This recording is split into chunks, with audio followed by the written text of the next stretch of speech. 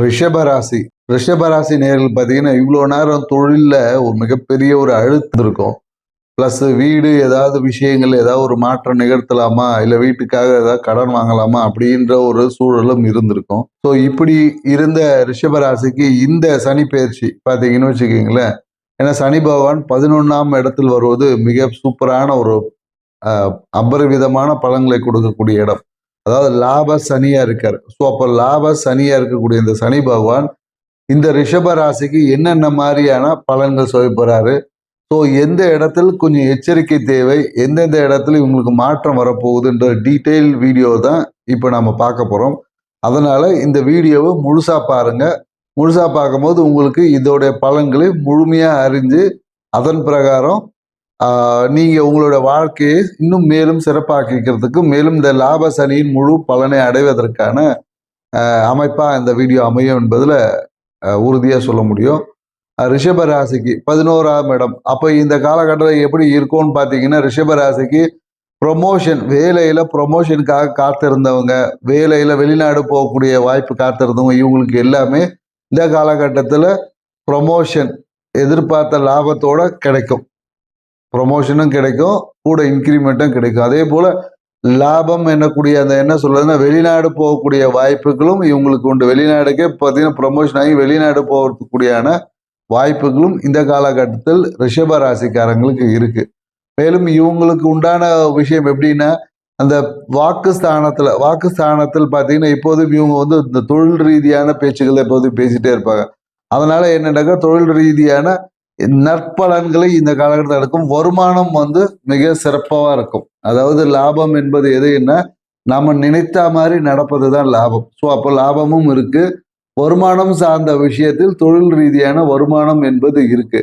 இந்த காலத்தில் ரிஷபராசிக்காரங்க போட்டித் தேர்வு எழுதக்கூடிய மாணவர்களா இருந்தாங்கன்னா, போட்டித் தேர்வு இந்த நீட் இந்த மாதிரிலாம் எழுதுவாங்க இல்லையா, காம்படிட்டிவ் எக்ஸாம் எழுதுறவங்களுக்கு இப்போ இந்த வருடம் வந்து இலகுவா அவங்க வெற்றி அடைகிறதுக்கு, ஏன்னா போன முறை எழுதி ஜெயிக்க முடியலையேன்ற ஒரு கவலை கூட இருக்கும். அவங்களுக்கு எல்லாமே இந்த காலகட்டம் போட்டித் தேர்வு, கவர்மெண்ட் எக்ஸாம், இந்த டிஎன்பிஎஸ்சி எக்ஸாம் எழுதுறவங்கலாம் கண்டிப்பாக வெற்றி அடைகிறதுக்கான ஒரு வாய்ப்பு இருக்கு.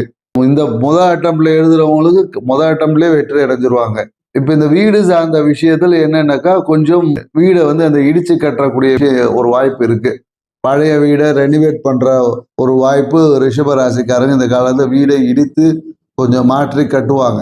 இந்த விஷயங்கள்ல சில நேரங்கள் தடையும் வரலாம். அப்ப தடை வரும்போது சங்கடா சதுர்த்தி அன்னைக்கு விநாயகர் வழிபாடு செய்து அந்த வீட்டுக்கான பூஜைகளை வாஸ்து பூஜை மாதிரி செய்யும் போது இந்த விஷயங்கள் வந்து கொஞ்சம் மாறும். அதே போல மனம் என்பது இந்த காலத்து ரிஷப ராசிக்காரர்கள் இந்த பழைய நினைவுகளால ஒரு சிறிய ஒரு அழுத்தமோ இல்லை ஒரு சின்ன பிரச்சனையோ இல்லை மனநோய் மாதிரி அந்த மாதிரியான சிறிய ஒரு மனநோயினா நீங்க பெருசா எடுத்துக்க வேணாம். மனசுல பழைய விஷயம் கடந்த கால நினைவுகளால ஒரு சின்ன ஒரு அழுத்தமோ வரும். அதே போல இன்னொன்னு, இந்த குழந்தைகளுக்காக காத்திருக்கிறவங்களுக்கு இந்த காலகட்டத்தில் குழந்தைக்கான மருத்துவத்தின் மூலமாக குழந்தை பேரு என்பது இருக்கு. திருமணம் என்பது ரிஷபராசிக்காரங்கன்னா போன வருடமே இவங்களுக்கு திருமணத்துக்கான ஒரு அமைப்பு இருந்துச்சு. ஆனாலும் பார்த்தீங்கன்னா நான் வேலை கிடைச்சதுக்கு அப்புறம் கல்யாணம் பண்ணிக்கிறேன் அப்படின்னு நிறைய பேர் சொல்லியிருப்பாங்க. வேலை செட்டில் ஆனதுக்கு அப்புறம் பண்றேன் அந்த மாதிரி. அப்ப இந்த முறை இவங்களுக்கு திருமணம் என்பது உறுதியா இருக்கு. திருமணத்திற்கான விஷயங்கள் இருக்கு. 2ஆம் திருமணத்துக்காக காத்திருக்கவங்க அவங்களுக்கும் ஒரு வாய்ப்பு இருக்கு. திருமணம் ஆனவுடனே குழந்தை பேரு என்பதும் இவங்களுக்கு இருக்கு. ஆனால் திருமணம்ன்ற விஷயத்துல காதல் திருமணம் வந்து இந்த காலகட்டத்தில் கொஞ்சம் ஒரு பிரச்சனையா இருக்கு. காதல் கைகூடுமான சந்தேகம் தான். காதல் திருமணம் என்பது ஒரு பிரச்சனைக்குரிய திருமணமாக தான் இருக்கு. இந்த காலகட்டத்தில் இவங்களுடைய உடல் ரீதியான அந்த ஜீரணத்தன்மையை கொஞ்சம் சரி பண்ணிக்கணும். மேலும் தந்தை சார்ந்த விஷயத்துல நல்ல ஒரு அனுகூலம் இருக்கு. தாய் சார்ந்த விஷயத்துல கொஞ்சம் ஒரு மருத்துவ சிகிச்சை அவங்களுக்கு தேவைப்படும். தாய்க்கு வந்து இந்த காலகட்டத்தில் நீங்க என்ன பண்ணலன்னா, ஒரு முன்னெச்சரிக்கை நடவடிக்கையாக பரிகாரம்னா என்னென்ன, ஒரு மாஸ்டர் ஹெல்த் செக்அப் பண்ணிக்கிறது, முன்னாடியே நம்ம நோயை தன்மையை தெரிஞ்சு அதை சரி பண்ணிக்கிறதுக்கான ஒரு வாய்ப்பு இருக்கும். வாகனத்தில் போகும்போது இவங்களுக்கு கொஞ்சம் கவனம் தேவை. ஏன்னா வாகனங்கள் வந்து அந்த பழுது என்பது ரிஷபராசிக்காரங்களுக்கு இருக்கு. இவங்களுக்கு என்னன்னாக்கா பரிகாரம் நம்ம சொல்றது லாப சனியில் கிடைக்கக்கூடிய லாபத்தை தற்காத்து கொள்வதுதான் இவங்களுக்கு ஒரு பரிகாரமா இருக்கும். அந்த லாபத்தை தற்காத்து, அதாவது சேவிங்ஸை வரக்கூடிய வருமானத்தை தேவையற்ற முறையில் இன்வெஸ்ட் பண்ணாம சேவ் பண்ணி வச்சு. ஏன்னா அடுத்த வாட்டி விரய சனியா வரப்போறாரு. அப்ப இந்த காலகட்டத்துல தற்காத்து கொள்வதுதான் இவங்களுக்கு மிகப்பெரிய ஒரு பரிகாரமா இருக்கும். மேலும் இந்த ஷேர் மார்க்கெட்ல அப்படின்னு சொல்லி இன்வெஸ்ட் பண்றவங்க என்னன்னாக்கா ஒரு லாங் டேர்ம் பேசிஸ்ல ஷார்ட் டைம்ல இவங்களுக்கு பலன் தருமான்னு தெரியாது.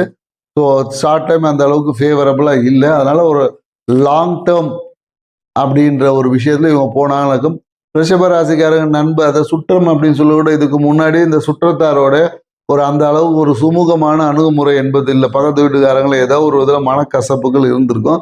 இப்போ அந்த மனக்கசப்புகள்லாம் மாறி அவங்கள மூலியமாக நன்மைகளை பெறக்கூடிய விஷயமா இருக்கு. அவங்க எல்லாமே இந்த சூழல் வந்து நல்ல ஒரு சாதகமான அமைப்பா இருக்கு.